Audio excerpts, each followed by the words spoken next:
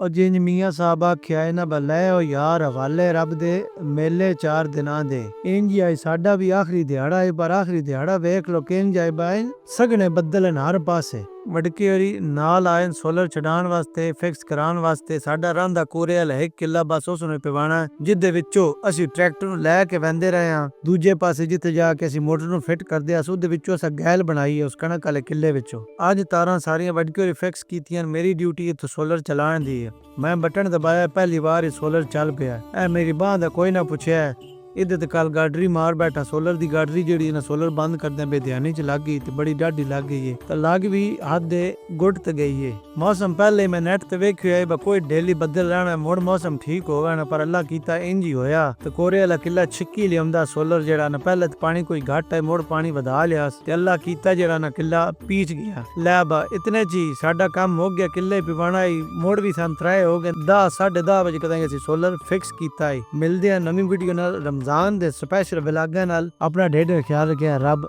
राखा।